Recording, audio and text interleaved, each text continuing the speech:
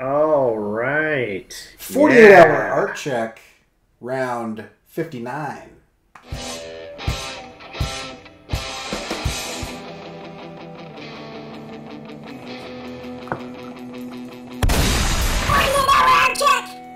So I calculated All the other right. day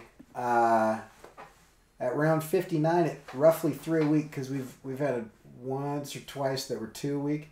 This is 20 weeks in a row that we've been doing this. Dude. Yeah, so So that's pretty there we crazy. go. Yeah, that's persistence, man. Yeah, Persistence. That's awesome. yeah, it's pretty awesome. Um, yes. So, do you feel like, 59 of these, do you feel like these are still good, still helpful, I think helping the so. work Yeah, I get done? mean, because we're both producing stuff all the time, there's new content all the time. There's new stuff to talk about. Like, I think if I Mm-hmm. hadn't been making anything, it'd be pretty redundant. But because, like, each of us is able to show progress each time, there's new stuff to talk about. There's new Yeah. challenges we come across, new Yeah. accomplishments and whatnot. So yeah, I think it's. I don't know. What do you think? Do you think it's still relevant and interesting? Yeah, I'm digging it, man. I'm digging it. I'm ready to turn 60. I'm Okay. down. Sounds um, good. all right, should we jump in? Yeah. Why don't you start this time? All right. So I basically finished. Well, I haven't quite finished. I'm about two panels shy of finishing the tight pencils. And so, like if for people who've seen this, some people are like, "Oh, your blue pencils look really tight. Why do you tight pencils?" Well, if you look at like the second top panel on the right, you can see why I do them because you'll notice like that hand moved like a hand's worth of distance. Right. Yeah. So, correcting anatomy and stuff like that is kind of one of the keys, even if I'm throwing off anatomy in the style. Yeah. I just got a few more of these guys done, and I'll talk about it during challenges. But I haven't been able to do much else other than that. But I've got Leia as the bounty hunter, as the Tomb Raider, and then I've got Papa Smurf as Bomberman. I was hoping to get ahead of it a little bit, and I did get Snow White as Captain Marvel, and I'll be finishing up one tonight as well. How about Nice. challenges? So my biggest challenge is kind of like this is a little bit of the same kind of continual challenge of the last week, which is just fighting like my body's finally killing that sinus infection that I had earlier this week.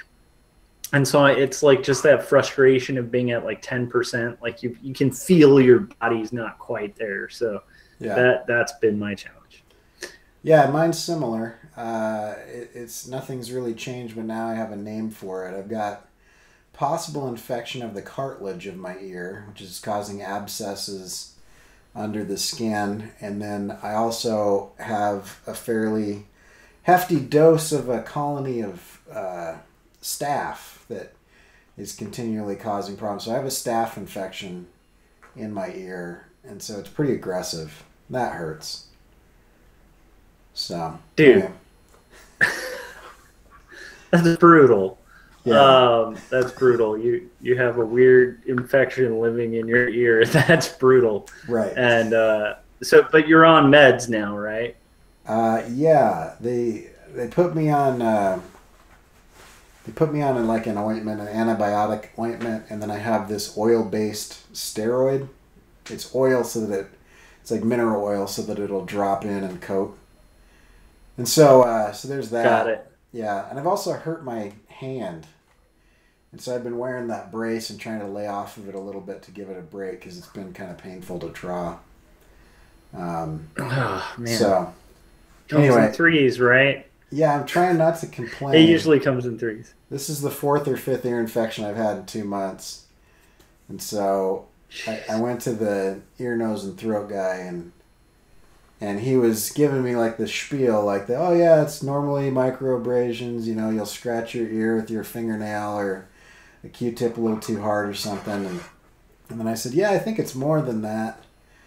And I don't I don't react to pain the same way that a lot of people do, and so like doctors often don't believe me. So I usually take because I'm not like crying or yelling, and so I usually take photographic evidence. And I showed him a photograph that I had my wife take of the inside of my ear, and he was shocked.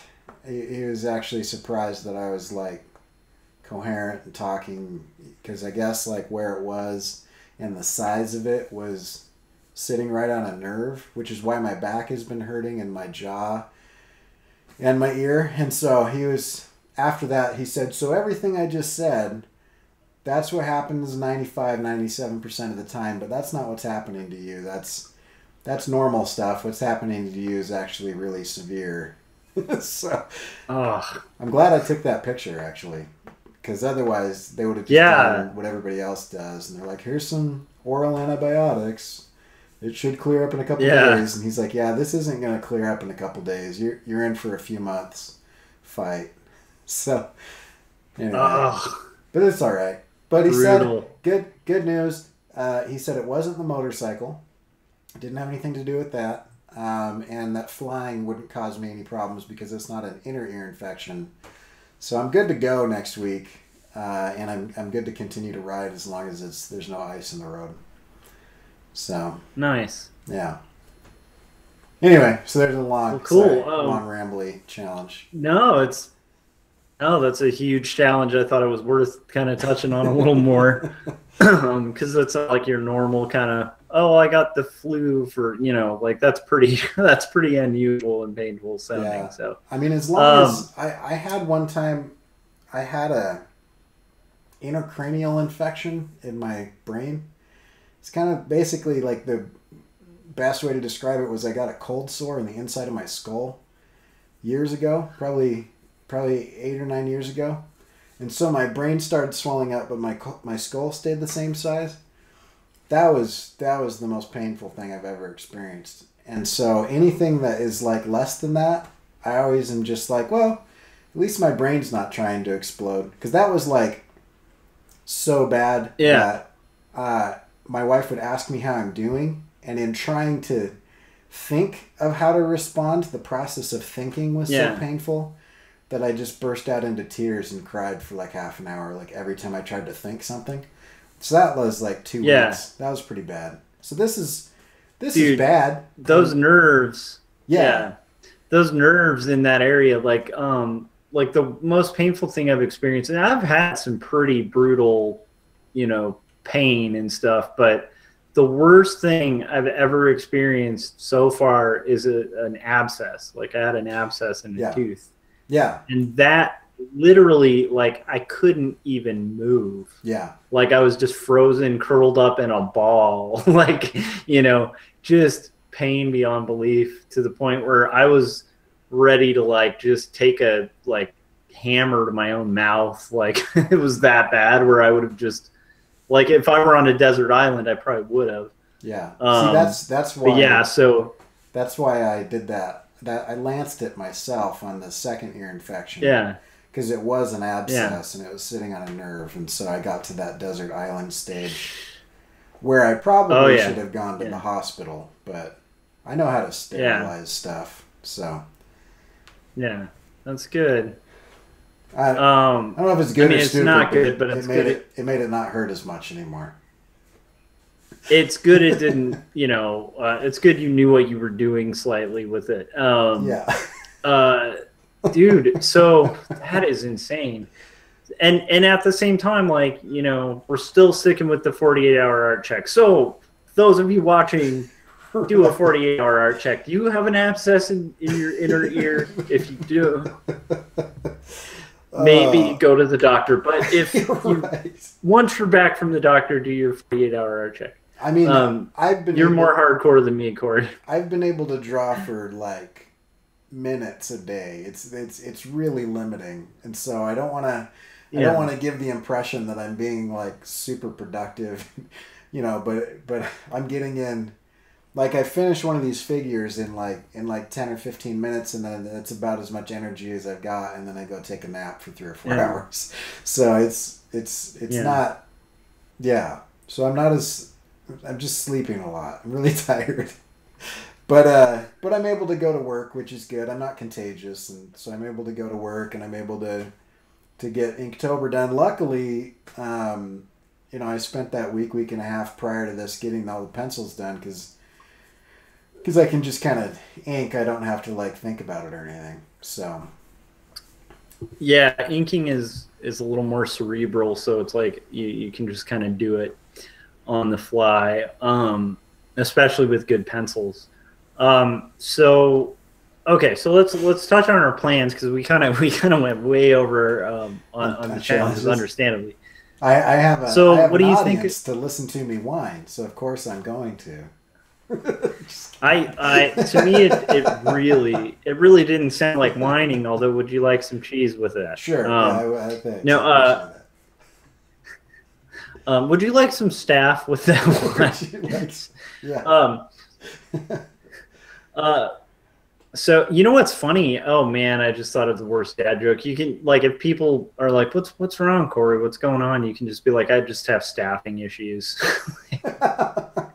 And people think you're trying to staff up. All right, so yeah. So what are your plans? What are you gonna do in the next couple of days? Yeah, I'm gonna finish this page for at least type pencils for the page. So that's my goal. And what's your goal the next few days, other than like getting rest? Yeah. So I've actually got a weekend where I'm probably not going to go anywhere. So I think I'm going to get Hulk as Batman done, Rick as Wonder Woman done, and I'm going to shoot for Yoda as Rocket Raccoon and Tinkerbell as King Leonidas. So I'll definitely get 2 figures done and see if I can hit 4.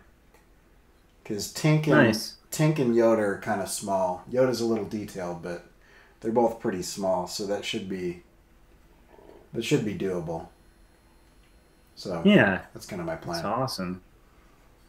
Sweet, yeah. Sounds good. So all right, finish our inking tools discussion. Yeah, let's get into it. Okay.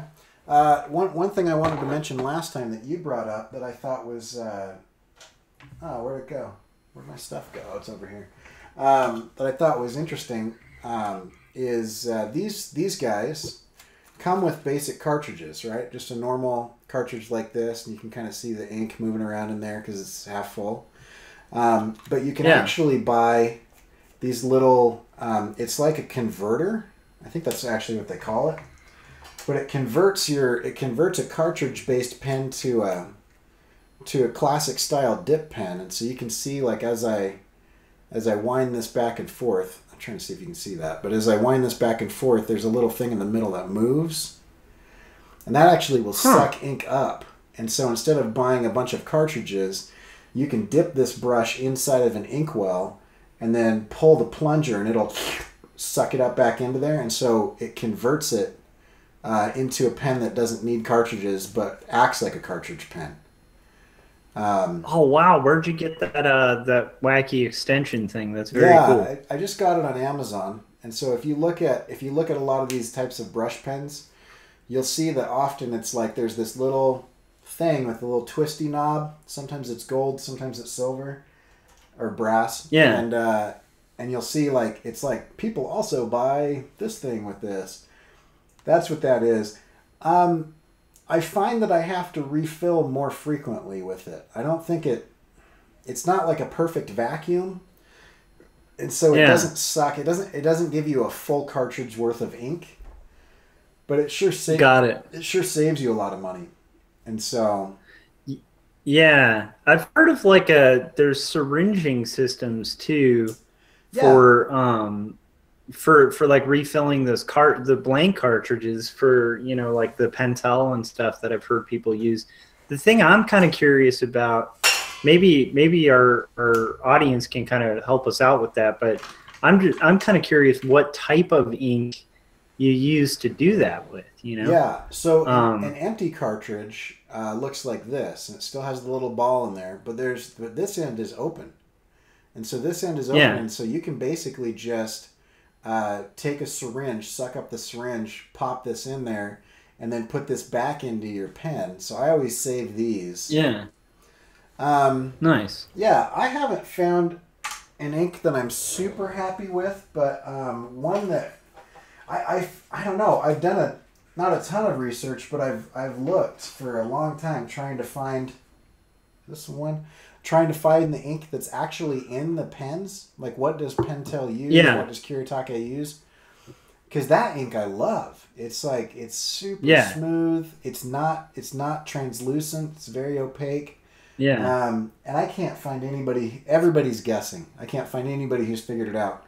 But actually, this works pretty well. It's a Speedball Super Black India ink. Nice. And it's not bad. It is a little bit different. If you go too quickly, it's a tinge purple. As it doesn't, like, as the pigment doesn't gather as quickly as the pens. But it works pretty well. It works pretty well. I've experimented with quite a few of them. I'm trying to think. I don't have them all in front of me. Huh. But that's the one I like the most. Because the problem that you have with the way that it is you can't use just any ink, because a lot of inks will clog your brush. Because it has to flow through. So it's got to be thin enough to be able to flow gravity fed. But then it also has to be opaque enough to work as an ink. And so a lot of the stuff I've tried, like the white one with the spider on it, I can't remember. I can't remember what that one is. It's over there. But it's just really, really watery, and it just kind of comes out. Yeah. And it's not like it's not like a very opaque ink. But the Speedball, the Speedball Super Black India ink is passable from an opaqueness standpoint. Is what I found. But yeah, anybody in the chat or anybody watching this later, if you have a good ink solution, I will give you a free drawing if it works out. Because I'm on a quest for the perfect ink. I've spent way too much time and money searching for an ink that I can refill with. And at one point in time, I love it. I had a video where I was syringing things and whatever, but yeah, it's good. So I don't know. What ink do you use when you use a dip pen or a brush? Do you have a preferred ink? Oh, like for actual. Yeah, when you're not doing cartridge based. Yeah, I mean, I would use. See, now I'm kind of blanking out because it's been a while, but I'd use Higgins Black Magic when I was doing dip. I mean, that was always my go-to. But the problem with Higgins Black Magic is they changed the solution a couple years ago. Actually, more than a couple years ago now. But it used to be like the blackest of ink. Like, you do one stroke of line with that stuff, and it would just be this solid, perfect, opaque black. But I think they've changed the solution because you kind of have to overnight it. So you just like the hack with that to get it to work. Leave it up. And this is that would not be a good one to use through like a brush pen at all, because it would clock the hell out of it. But it for like when you're actually dipping, you just leave it overnight and it dries out with the cap off. Yeah. Yeah, something kind of helps with it helps it set and helps it get to a richer black. But you got to be careful to only leave it overnight, because if you leave it, for like an entire day, like then you're talking about, possibly getting that kind of sandy ink where it's like starting to convert back to a block, and that wouldn't be good. I just realized that I misspoke. I've tried the Speedball, and I didn't like it in the cartridge. I use this for splatter and dipping, but I just realized it's actually carbon ink. If I can carbon ink is the one that I use, because Carbon is actually the same brand that makes this nib pen that I was talking about yesterday, or whenever we talked last. And so it's Got it. Yeah. carbonate that I do a refill with. And Huh. it's I'm black, fascinated now. yeah, black 60cc. So I don't know. I actually still prefer the cartridge to the refill Yeah. system. See, I kind of prefer it, and I've noticed that like on Amazon, you can get pretty good rates on just getting those cartridges in bulk. Yeah. And so I usually just get a big pack of them. And I would recommend that too. I think I mentioned that the last time that like if you're going to use like Pigma liners, make sure you have like a backup. So if you use a lot of ones, make sure you're not just buying one. Make sure you've got two of them at Yeah. least, so that when one of them starts going dry, you aren't tempted to like force your page. You just can throw it out and move on to the next one. Same with those cartridges. You want to make sure you have a lot of backups. Yeah, if you're um, not planning on refilling them. Yeah. And they come in these little. They're pretty portable too.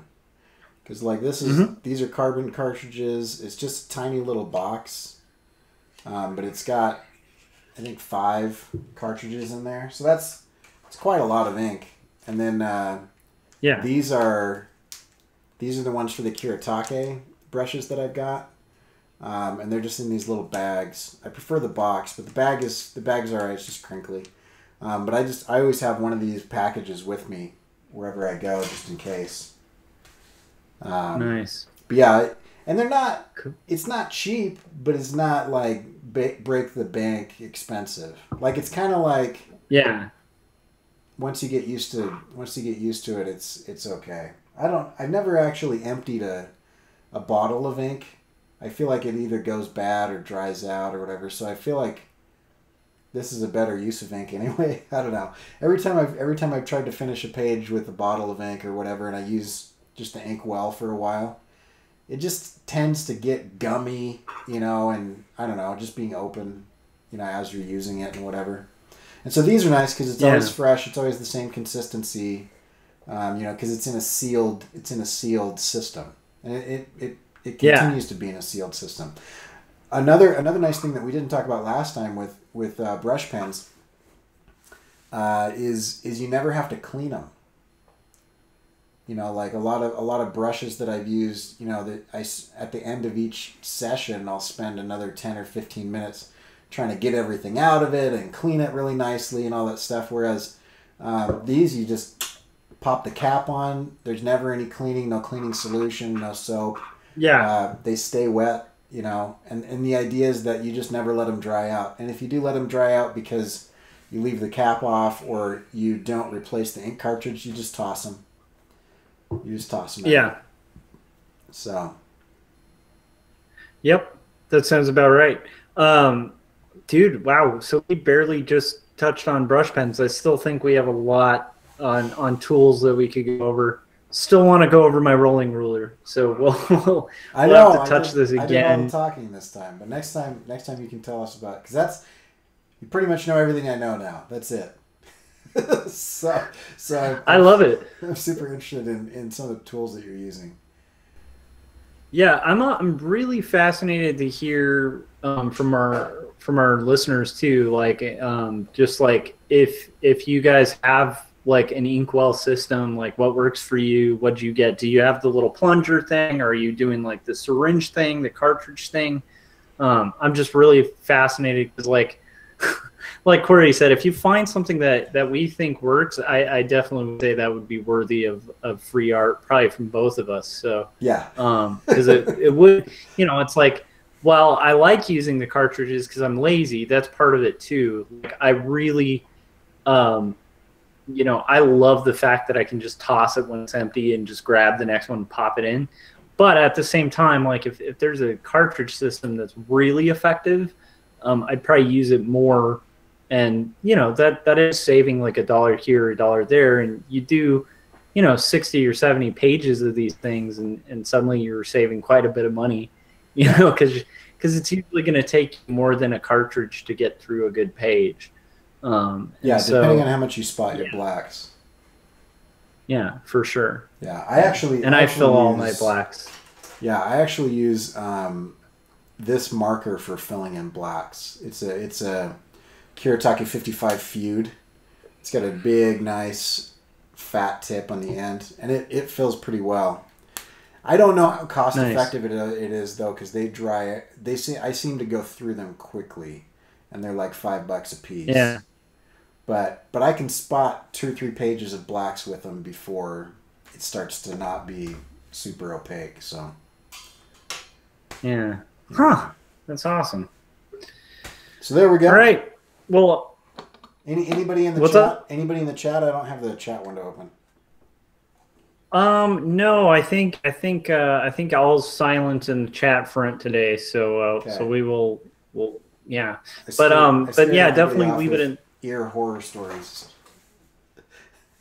I just think it's a Friday night, you know. Right. But yeah, so cool. I hope your ear gets better. I hope I finally kick this mild infection comparatively. Hey, an infection's an infection. But, you know, I hope we're both at like 100% in the next few days, you know? Yeah. Yeah, I hope so too. So if you want to check out Josh's stuff, go to quarterlystories.com. He's got a poster up for sale, I believe, that I saw the other day, and some other things, and you can read his comic. If you want to check out my stuff, you can go to CoryKerr.com. If you want to get on my email newsletter, I'm about to send out an email soon. You can go to CoryKerr.com/email. And special thanks to No Saboteurs for licensing the intro music. Oh, also, if I've had this page up forever and I keep forgetting to tell everybody about it, if you are interested in looking at the exact tools that I'm using for whatever reason, I've always got my current set of tools up at CoryKerr.com/tools. And those are all like Amazon affiliate links and whatever. And so Amazon gives me, 2 or 3 cents when you buy something. But anyway, we'd love to hear your guys' opinion on inks and tools in the comments here. And so let us know what it is you're using, why, how you feel about it. If you've found that the golden fleece of ink and what that is. And we will see you guys on Monday. It's the weekend. Enjoy the weekend. Yeah.